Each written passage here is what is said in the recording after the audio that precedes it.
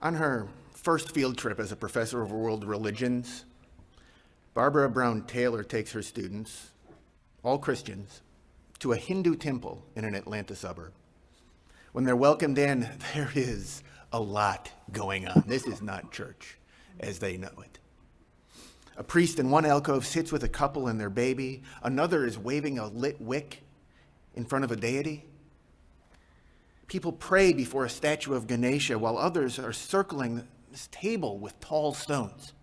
Her students just stand there, a little aghast, taking it all in, when Brown Taylor sees one of the students, a freshman named Mariah, go running out.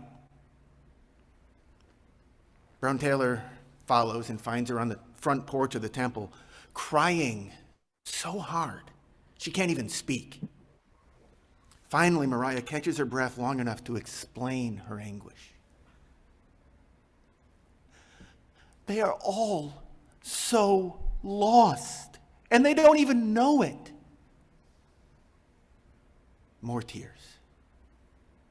It's just so sad to me seeing people worshiping statues when they could be worshiping Jesus instead. It just breaks my heart. Well, the next year, Brown Taylor had the student from this morning's reading. The young man who wanted assurance that a class on world religions was really there to teach him that they were wrong and his Christian faith was right.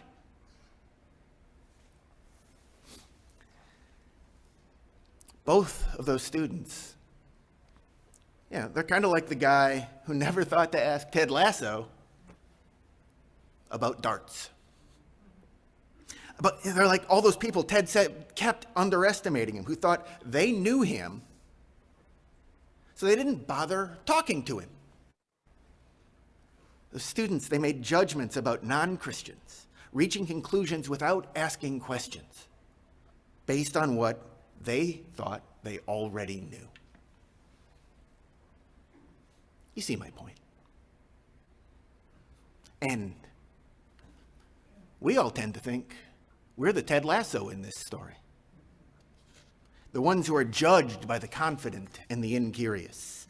But I don't think we're Ted Lasso.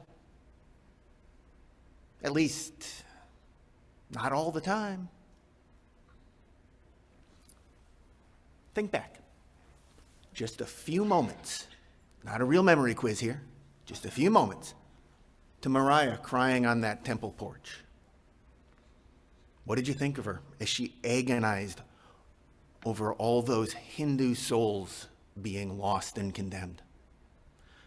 Were there words like narrow-minded or ignorant flitting through your minds? Were you maybe quietly shaking your head at her wrong-headedness? And what about the young man who worried about world religions class, how it might strike at his own faith? Arrogant, maybe. Self-righteous. And how much easier was it to get to those conclusions because I told you those two young people were Christian. Southern, rural Christian. It's what I thought. I've read those chapters from Brown Taylor's book several times. And it was only when I sat down this week to think through this sermon that it occurred to me to look in the mirror, Chad.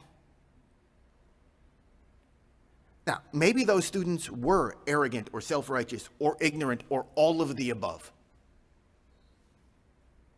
But was I any better? Arguably, I was worse. I've got 30 years on those kids. Okay, almost 35. I should be a little wiser. Plus, I was reading about them in Brown Taylor's book, Holy Envy. And the whole reason I bought the book in the first place was because it's about her journey to see and embrace the value of other faiths and how they strengthened her own. It's the whole reason I bought it. A few chapters in, I was already missing the point.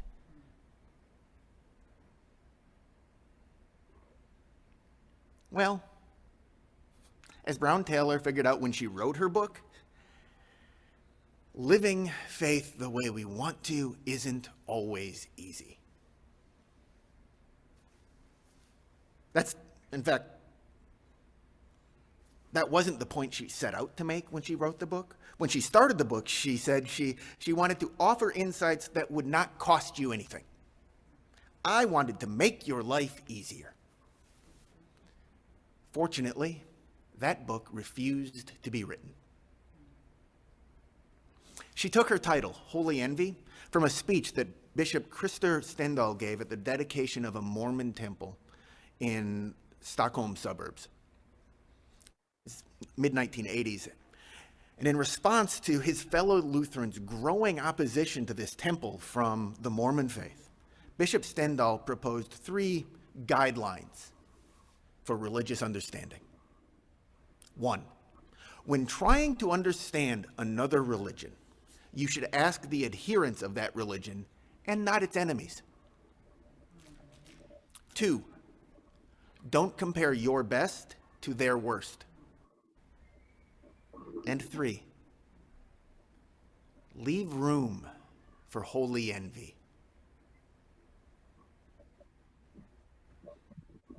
Unitarian Universalists really, or should at least, harmonize with Bishop Stendahl's ideas.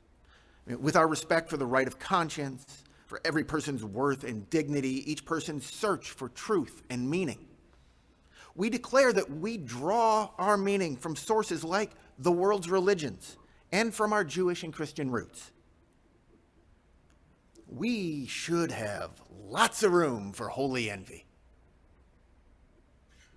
Now, I think holy envy is really holy curiosity. And we at MSUS, we list on this lovely banner that Beth created for us,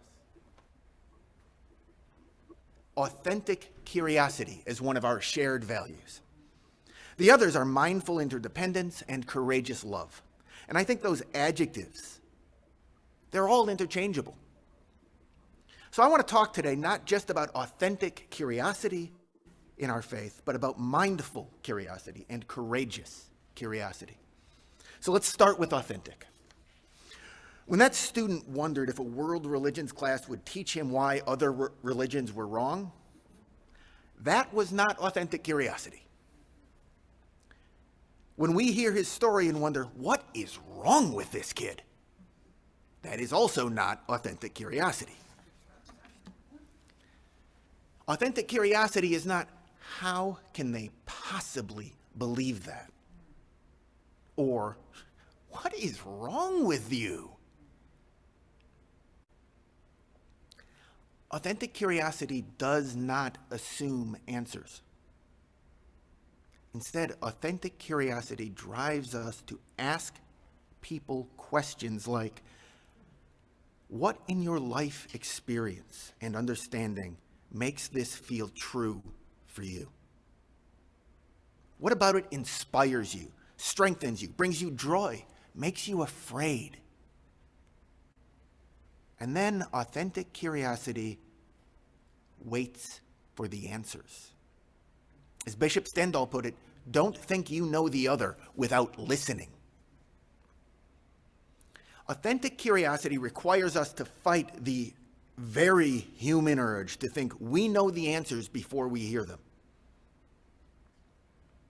To really listen and keep listening, even when we may not be comfortable with some of the answers, especially when we are not comfortable with some of the answers. If we aren't willing or able to listen past the surface answers, to take the time to hear the deeper ways we are different, we will miss the chance to see how we are also connected, what we might share. Instead of opening ourselves to new understanding, we risk what Brown Taylor calls the race to the lowest common denominator. Your truth is true for you, and mine is true for me. It's not good enough. Now, I'm not talking about conversion of others to our faith or us to theirs. It's not what holy envy is about. Authentic curiosity, opening ourselves to holy envy, instead fires up questions about how and why we practice our own faith. It should make our faith stronger, make us better at it. As Brown Taylor uses a neighborhood metaphor. What I see in the neighbor's yard does not belong to me. But it shows me things about my own yard that I might otherwise have overlooked. If the same thing happens to the neighbors when they look at my yard from their side, we may have a chance to help each other practice our different faiths better. Help each other practice our different faiths better. Now, mindfulness is, at its most basic level, awareness. So mindful curiosity, then, is an awareness of the biases that shape or limit our own curiosity, set blinders on the questions we might ask or the answers we might be willing to hear. It is recognizing that we do not see what we do not expect to see. And so trying to let go of those expectations. It is being aware that you have a worldview. You do. It's inescapable. And in that awareness, then being able to see that that worldview is just one of many.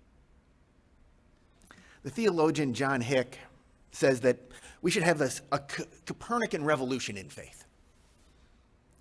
Just as Copernicus forced us to realize that the Earth is not the center of the solar system, we need to see that our particular faith is not the truth.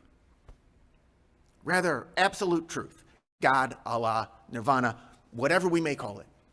Science. It moves to the center, leaving people of good faith and differing perspectives to perceive what sliver of truth they can from our own orbits. As long as we can do it without deciding that our orbit is the best orbit. Because otherwise, as Franciscan Richard Rohr reminds us, we are all of us pointing toward the same moon, and we persist in arguing about who has the best finger. This is Forest Church's cathedral of the world, and we're all in here together. And the only way to see the light outside is through the windows. The trick is to remember that the windows are not the light, and there are more windows than we will ever see. The whole light, again, God, truth, whatever you call it, is beyond our perceiving. And mindful curiosity reminds us, and I'm especially talking to yous here, that we're all in that cathedral, even the rational humanists. We don't get out simply by rejecting the idea of religion or spirituality or God or faith, because, as Church wrote, not only the world's religions, but every ideology, every scientific worldview, every aesthetic school has its windows in the cathedral of the world. Now, I read the Cathedral of the World essay in the book A Chosen Faith, which is a collection of essays, an exchange of essays between Forest Church and John Behrens, the former UUA president. John Behrens opens his response to Church's Cathedral of the World with this line: I have one problem with the image of the Cathedral of the World. Within the cathedral, no one seems to be talking to anyone else. I take his point, but I see it a little differently. Our problem isn't that there aren't enough people talking. Our problem is that there isn't really enough listening. Let's take, for example, the Buddhist story of blind men arguing over the elephant. In the story that Amy read this morning, the last of the 7 mice listened to her fellows, knitting together a full image of the elephant. It's nice for a kid's story, but that's not the original Buddhist version. In the Buddhist version, there were 6 men. And each was certain that he knew what he was touching and equally certain he was right and the other 5 were idiots and wrong. They didn't listen, and it never got resolved. They weren't aware that they weren't listening, and so they weren't aware of how limited their piece of the true picture was. To listen, to learn, they needed to be aware of how little they actually knew. And admit it. And that's hard. When we listen, we take risks. Which brings me to courageous curiosity. Curiosity, opening ourselves to the possibility of holy envy for pieces of other people's faith, requires courage because, as Brown Taylor found, when I envy something in another tradition that is so foreign to my own or so absent from it that taking it seriously means questioning one of my basic assumptions about how divine reality works, if I want to learn what it has to teach me, I may never see my yard the same way again. Because of that scary and thrilling possibility, Brown Taylor says that she can think of all sorts of reasons to stay in my own yard. But there are so many reasons to leave home. She's got a list. 1, you get to think more deeply about where your beliefs come from and how well they fit together, or don't. You get to figure out, 2, how to explain your beliefs to people who are not already committed to them. Good luck, UUs. 3, you get to discover points of contact with neighbors of other faiths, along with points of irreconcilable differences. And 4, finally, maybe most importantly, we get to engage with those who are different without feeling compelled to defeat or destroy them. This requires skills. It also requires spiritual and psychological maturity, which makes it a work in progress for humans of any age, not just her young students. Now, I said earlier that holy envy, holy curiosity is woven into UU principles and sources. It should be natural for us. I'm not so sure it is. I mean, I have lost track over my nearly 20 years at this church. Wow, okay. I've lost track of how many times we've debated whether to call what we do here on Sunday mornings together worship. It has been a worship committee, and then it was a Sunday morning committee, and then it's back to worship.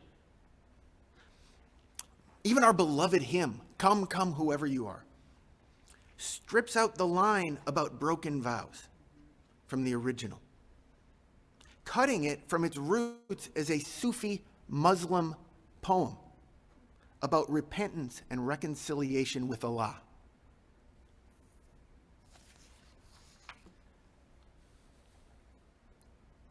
I think our curiosity as UUs, in my experience, seems especially less authentic, less mindful, less courageous when it comes to Christianity. Maybe because we come from it. Everybody fights with their siblings the most. Reverend Scotty McLennan writes in the introduction to his book, Christ for Unitarian Universalists, that there seems to be an unbridgeable gulf between most Unitarian Universalists and most mainstream Christians. I mean, what's the old joke? Why are you so bad at singing hymns? Because they're reading ahead to make sure they agree with the words.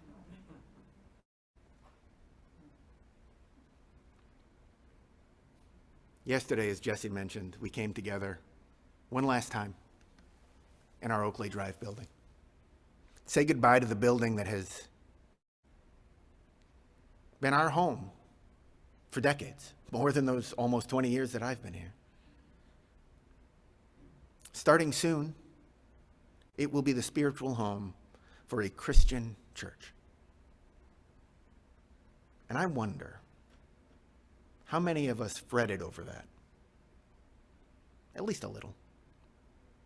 More than a few would be my guess. I know it came up in discussions.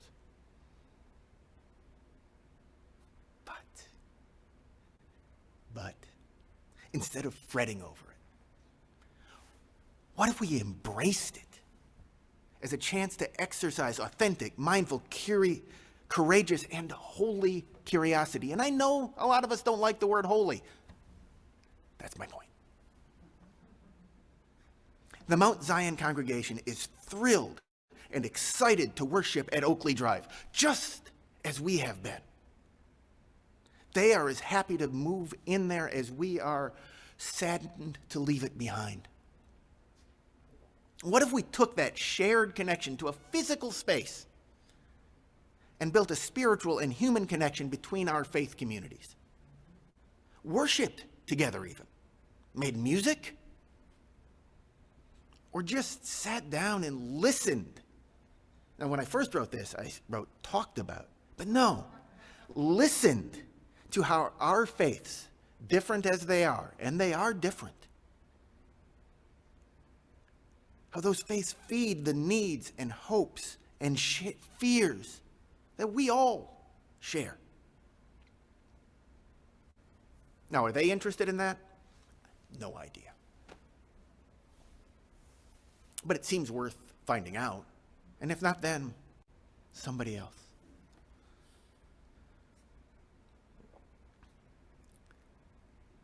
To paraphrase Brown Taylor, we might each speak from the heart of our faith, wishing the other well at the heart of theirs.